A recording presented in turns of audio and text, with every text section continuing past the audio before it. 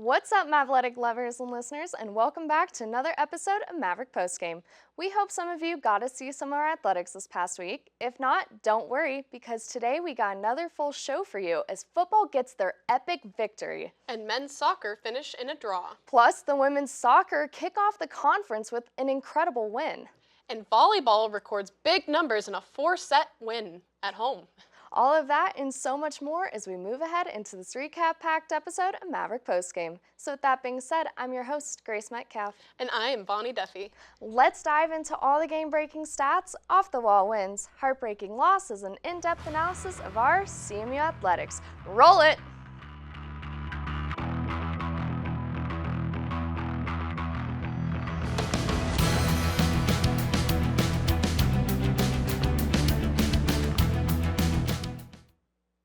Hello everyone. Once again, I am Bonnie Duffy. And I am Grace Metcalf. Let's hop right in and take a look at all the Mavtastic action that took place this week here at CMU. On Saturday, the Colorado Mesa football team made one heck of an achievement. If you weren't there, that's a shame, because it was an incredible win where they finally took down the Colorado School of Mines Orediggers. It had been 1,078 days since an RMAC team had knocked off the Orediggers, a span of 24 games, 23 in conference, and 1 playoff game. The last RMAC team to beat Colorado School of Mines, the national runner-up each of the past 2 seasons, was the Mavericks in 2021. Along with the victory came the return of Nico's Cup to Grand Junction, closing the gap of the traveling trophy to 9-5 in the Orediggers' favor. It also helped erase the memory of last season's 52-0 and could serve as the springboard victory the Mavericks have been seeking. The Orediggers drove 75 yards in 14 plays to open the game, aided by a roughing the passer penalty. Max McLeod, who set Mines' career record for receiving yards, gathered in a 10-yard pass from Evan Foster, and the Orediggers went up 13-0 when a blocked punt gave them the ball on CMU's 9-yard line. Landon Walker hurdled himself over the line and into the end zone on 3rd down from the 2, but the extra point kick failed. The Mavericks offense stalled time and time again in the first half, finding itself in 3rd and long situations and unable to convert. And still, the defense kept turning back Mines, which put up 52 points last week against Black Hills State, rolling up 573 yards of total offense. CMU started hitting intermediate passes and picked up yardage on 1st and 2nd down, making 3rd down more manageable in the second half. A pass interference call when receiver Trevin Edwards threw deep to Alex Turpin gave the Mavericks a 1st down inside the 10, and then Edwards found an opening in the end zone for a 6-yard pass to Leo Amav. Sullivan Moon's PAT was blocked, and after the defense forced Mines to punt, the Orediggers pinned the Mavs back at the 2 with 11 minutes and 10 seconds to play in the game. Brandon Belgrave had the key run of that drive, shedding would-be tacklers and keeping his balance for a 47-yard gain to the Mines 41. Amave picked up a critical 1st down on 4th and 1 with a quarterback sneak, and after Aiden Taylor picked up 2 more yards, Mines was hit with an unsportsmanlike conduct penalty, giving the Mavs the ball at the 9. Q Kazon Villa, who caught a swing pass and raced to the corner of the end zone with 5 minutes and 28 seconds remaining to cut the deficit to 13-12 with 5 minutes and 29 seconds to play. Logan DeArtman, who was moved to wide receiver for the Mavericks, took the ball on a jet sweep and tossed it to Sam Hornick for what ended up being the winning 2-point conversion. The touchdown capped an 11-play, 98-yard drive, the best of the season for the Mavericks. As a team, the Mavericks recorded 285 total yards, 159 passing, and 126 rushing. Against CMU, the Orediggers finished with 267 total yards, 159 passing, and 108 rushing. The Colorado Mesa University men's soccer team would challenge the Hard offensively against the Hard Rockers on Sunday's match, but ultimately settled for a draw in the end as the Mavs would play a 1-1 decision against South Dakota Mines. Colorado Mesa would gather their only goal of the day in the 44th minute when just seconds before halftime, the ball would ricochet around the Hard Rocker penalty area before ending up in the front of the Lazari and leading him to the ball in the back of the net. Stefanos Christodoulakis would be awarded assist on the goal. His first assist of the season. The Mavs would only lead for the first half, roughly 18 seconds, and South Dakota Mines was able to equalize the game in the 67th minute when they were assessed with a penalty kick by Hayden Jeremio would take the PK, but goalkeeper Diego Chavez would save the shot, but the attempt of the ball would fly backwards to Jeremio, where he would then chip the ball into the left corner of the net to tie up the game at 1-1. As a team, the Mavericks would take a total of 26 shots in the match compared to the 10 taken by SDM. 12 of the Mavs shots would be on goal, with 6 being on goal for the Hard Rockers. With both teams pressing to the score winning goal, there would also be a total of 7 yellow cards assessed. The Mavs would receive 4 of them. The Colorado Mesa University women's soccer team would improve their win streak to 3 and continue their hot start to conference play as they defeated the Black Hills State University Yellow Jackets in a 2-0 decision. A pair of seniors would do the damage for the CMU offense as both Abby Fotheringham and Odessa Correa would score goals. Fotheringham now has 4 goals on the season while Correa has 3. The Mavs would score 1 goal in each half of that day's contest as the first score came in the 31st minute. On that score, Carly Dare would cross the ball to Fotheringham on the other side of the penalty area, leading Fotheringham dancing through a couple defenders and putting the shot into the back of the net for the 1-0 lead.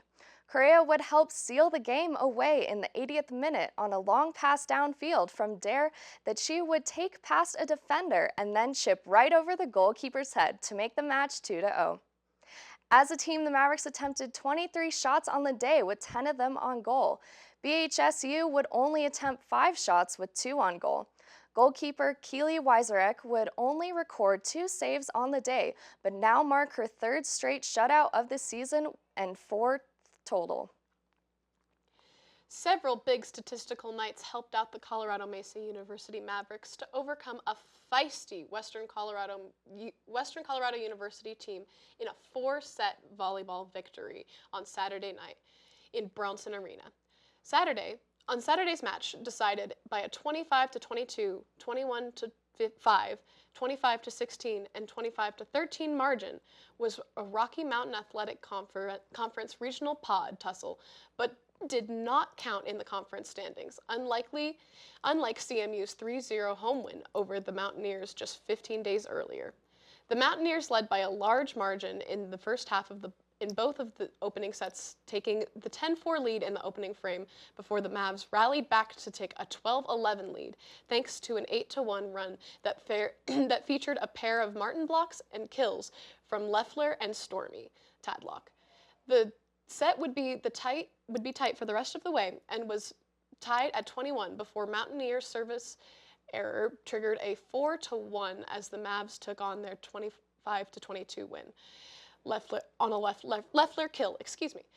The Mountaineers built a 12-7 lead in the second set and led 19-13 later in the frame before the Mavs would claw back within 22-20 before CMU service error helped the visitors even the match at 1-1 overall, scoring 3 of the final 4 points after an extended intermission.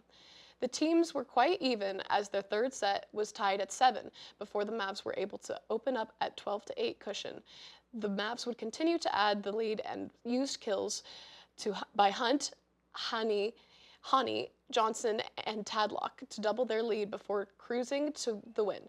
The fourth set was also tight early and was only tied at 7 before the Mavs were able to open up a 13-10 lead, and they went on a massive 12-3 match-ending run that saw Leffler record 3 consecutive kills to finish the match while allowing her the hunt for the match high honors. As a team, the Mavericks recorded 148 attempts to the Mountaineers' 140. The Lady Mavs dominated in kills, 65, and assists, 62, compared to Western's 44 kills and 41 assists. The Colorado men's swimmer, sophomore Max Aries, won the 50-yard breaststroke. CMU's men had 9 top 5 finishes, including an Aries victory and a second-place finish in the 200 medley relay, but were down by BYU 148-57 and Utah 108-91. The margin against Utah was the closest in 15 all-time tries against the Utes.